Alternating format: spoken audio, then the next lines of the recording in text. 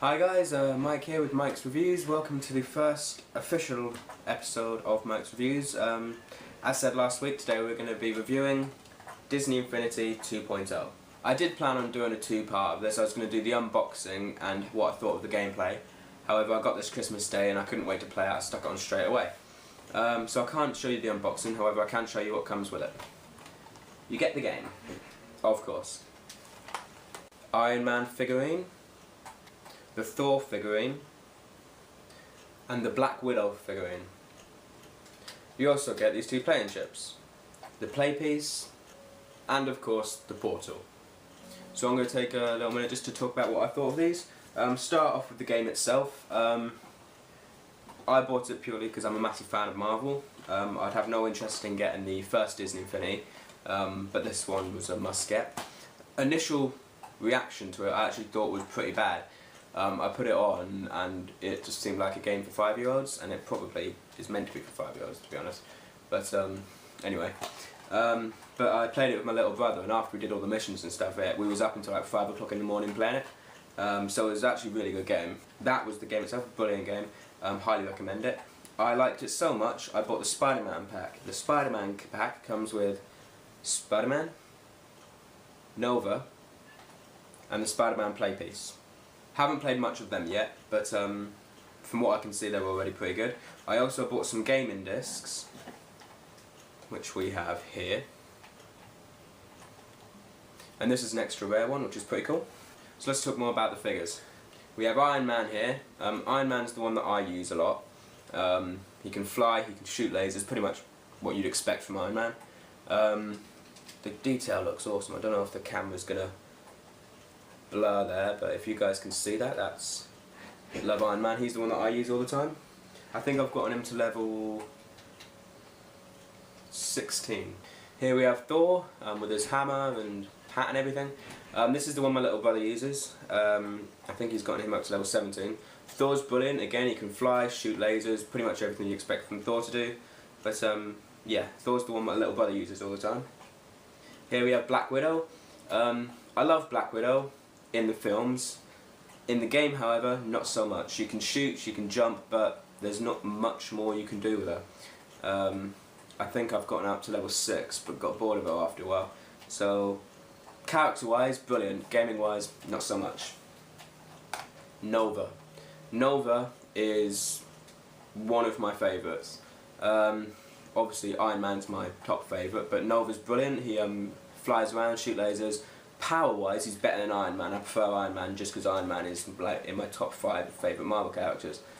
But yeah, Nova's brilliant. Pretty well detailed. I don't know if you guys can see that.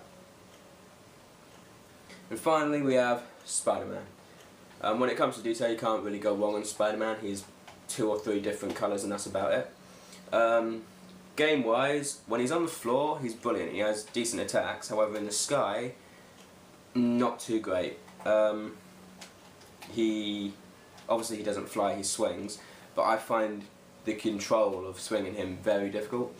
There might be people out there watching this right now thinking that it's easy, but for me personally, not the best of characters. Now we move on to the playsets.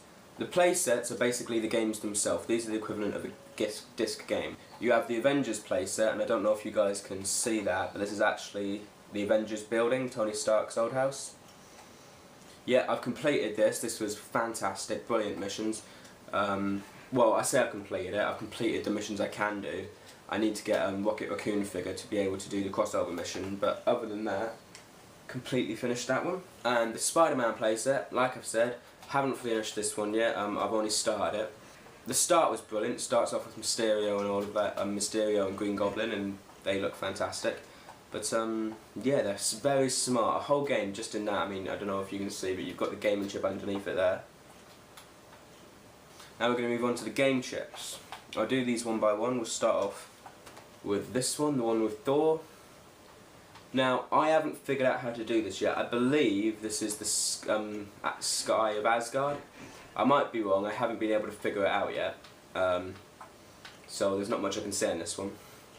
Again, for this one, can't really say much. I believe this is either the sky or the ground of Ronan. from Guardians of the Galaxy, but again I haven't been able to figure out how to use this one yet, so can't really comment on that. These two, however, I can comment on. These are brilliant. You have the Winter Soldier here, and I don't know who that is, I can't remember his name, he's the guy off Guardians of the Galaxy. But these are basically sidekicks. You can't play as them, but if you're playing by yourself or as multiplayer, you can put these underneath your characters and they help you fight. So these are brilliant, especially this one, they're very good. And finally, the Portal. Now, before we even talk about what it does, I think it looks awesome. You have the two pads here for your characters and the pad here for your playset. So as you can see, the playset goes on like this. And then you get your characters, player 1 and player 2. And this actually scans them so you can play it on the PS3, Xbox, PC, whatever it is you have. Other characters I'm trying to get are the Hulk figurine and Rocket Raccoon, because them two are in crossover of these two packs. In the Spider-Man playset you can get the Incredible Hulk, and he has crossover missions in this one. And in the Avengers one you have Rocket Raccoon, so they're going to be the two that I'm going to try and get next. Yeah, so basically, love the game, love the figurines, love more or less everything about it. Highly recommend it, and join us next time when we review The Fault in Our Stars book and film.